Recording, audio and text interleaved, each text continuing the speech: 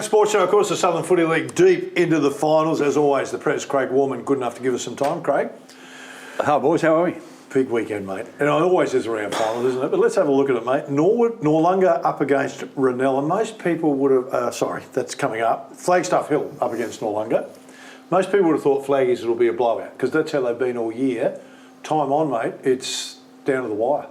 Yeah, Nicky Mott scored just as the time-on period started and scores level. Big source, drags himself out of centre forward, into the middle, taps down to Shearer, Flaggies go forward. It was only a couple of weeks ago, wasn't it? Flagstaff Hill belted Noarlunga. Yeah, by 70 points, too. 70-odd points. Again, credit where credit's due. Noarlunga came to play. Yeah. They're out of the box early. Their run and enthusiasm, ability to be able to create chances, you didn't see that 2 weeks ago. Yeah. So Joshy Thulis did a lot of homework on how Flaggies play, and actually I probably out-coached Stain on the day, and very unlucky not to get a win. And that's Bice Oval too. That's a big ground. That's it is. A big ground. They wouldn't mind getting back there. Where is the GF? Do we know? Yes, at South Adelaide. That's at Bice again? No, at South Adelaide. So I beg your pardon. Where's South Adelaide? Noarlunga. Yeah.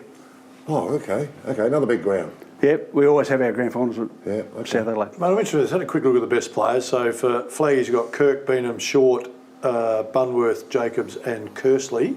For you, which one was the one that stood out?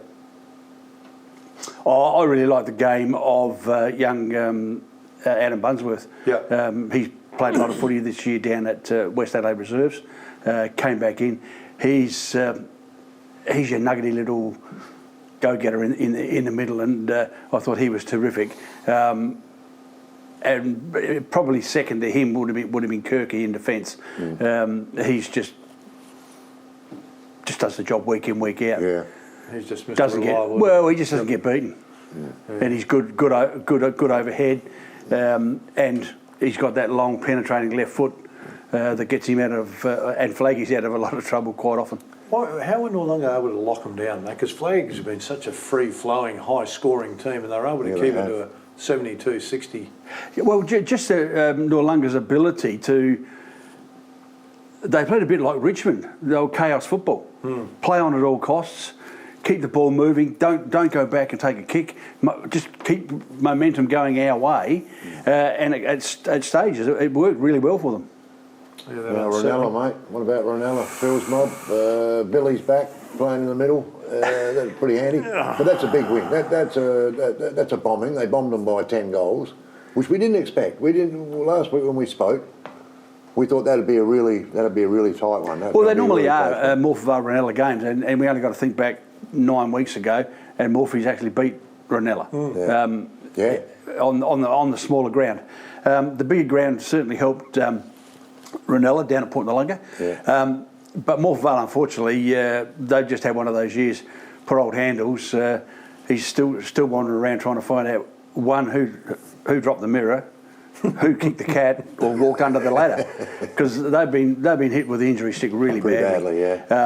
But to credit to Handles in his ability to be able to get these younger lads to develop, that they actually made the 5 and knocked off Happy Valley the week before, and again just ran out of tickets at the end. So that sets it up, doesn't it? That sets it up now nicely. It's the top 3 sides are still alive. That sets it up though with Ranella and Noarlunga. That's a great game, but that's at Noarlunga. Yeah, so they're going to get a home track advantage here. But and again. We look at each year we rotate our final series. Yeah. We tend to go down the seaside belt, as we call it, because if it does rain, these grounds dry out a lot quicker. So we're not playing in mud and everything else. And it's just happened to fall Noarlunga's way. They get the preliminary final this year. Just to put some clarity around that decision's made when?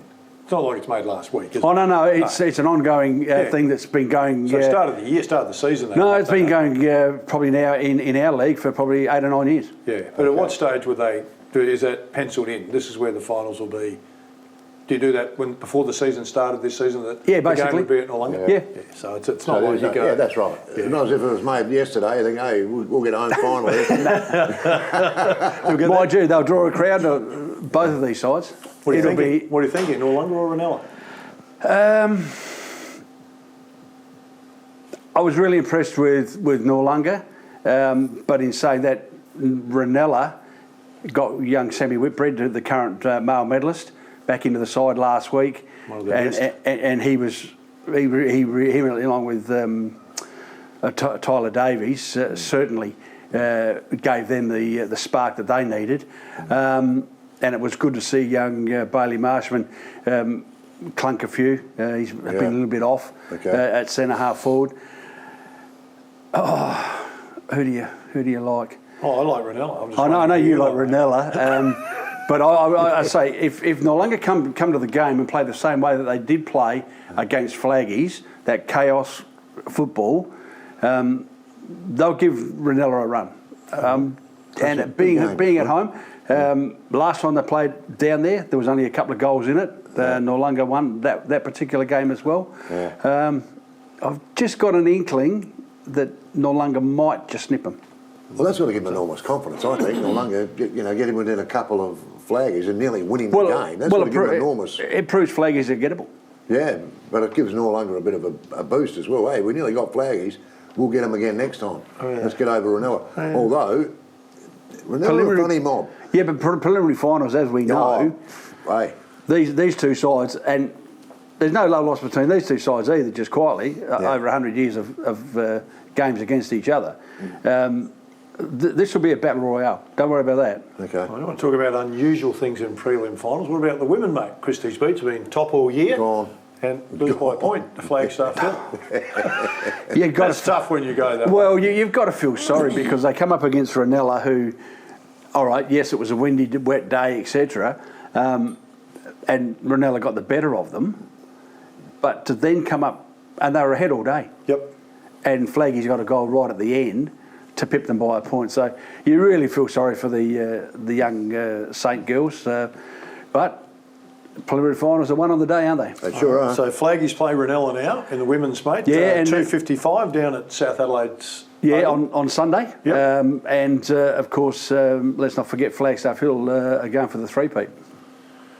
Three-peat in the women. Yeah. Okay. Right. Okay. So I suppose you're going with Flagstaff, are you? Oh, he's been on their bandwagon all year, mate. No, I think Ranella might get this one. All right. Okay, we've got you down for Ranella in that one, and you're going for Noarlunga in the other one. Yeah, just. Yeah, I only missed it by one. That's not too bad. No point asking you. And I'm with Bill. I spoke to Bill, and he said go with Ranella in both games. Okay. So I thought I'd go to someone that was totally unbiased. Hey, mate, always good to catch up with you, mate. It's going to be a ripping weekend of footy in the Southern Footy League. Get down Noarlunga v Ranella in the men, and of course Flagstaff Ranella in the women's grand final. Stay with us. Still, a bit more to come.